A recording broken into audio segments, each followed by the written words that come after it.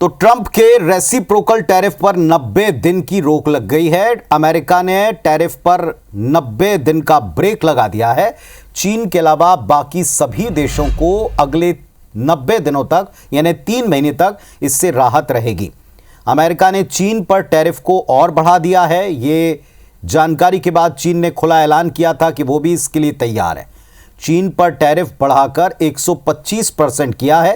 Trump ने social media पर post कर एक नोट शेयर किया है। लिखा है कि चीन की ओर से वैश्विक बाजार का आदर नहीं करने की वजह से चीन पर लगने वाले टैरिफ को बढ़ाकर 125% किया जाता है। यह बढ़ा हुआ टैरिफ तुरंत ही लागू होगा, जबकि 75 से ज्यादा देशों ने इसके समाधान के लिए अमेरिका से बातचीत का रास्ता अपनाया है।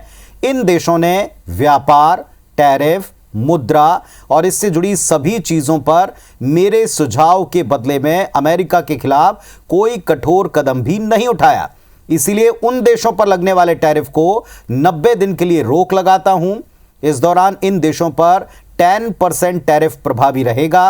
दुनिया के बाजार पर इसका बड़ा असर होगा। लगातार गिरावट के बाद अमेरिकी बाजार टैरिफ पर रोक से राहत के बाद अब जरा संभलता दिखा है। दुनिया के दूसरे देशों पर भी इसका पॉजिटिव इंपैक्ट, सकारात्मक असर पड़ना तय है।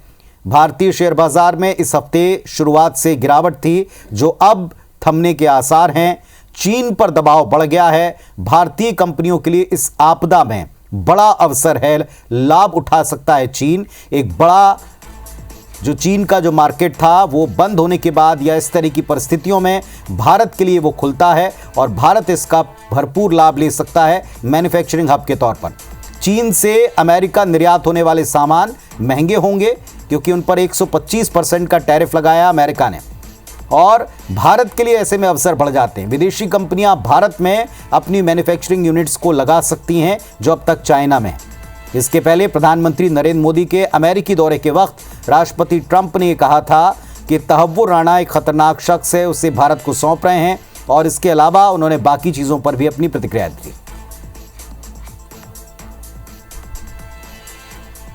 We're giving a very violent man, it seems to me. I mean, I don't know that he's been convicted yet or will be, but let's assume he's a pretty violent person. We're giving him back to India immediately, and there are more to follow because we have quite a few requests. So we work with India on crime, and we want to make it good for India, and it's very important. So that kind of a relationship is very important to us.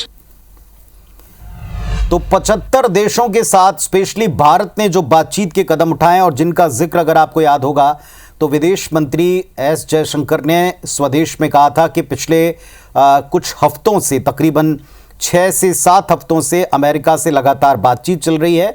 उसका असर ये कि भारत के प्रति America का रुख थोड़ा नर्म लचीला रहा है, और 75 देश जिन्होंने इस टैरिफ लगाने के बाद अमेरिकी राष्ट्रपति से बातचीत की है, एक रास्ता निकालने की कोशिश की बिना अमेरिका पर कोई चार्ज लगाए या अमेरिका पर कोई एक्शन लिए।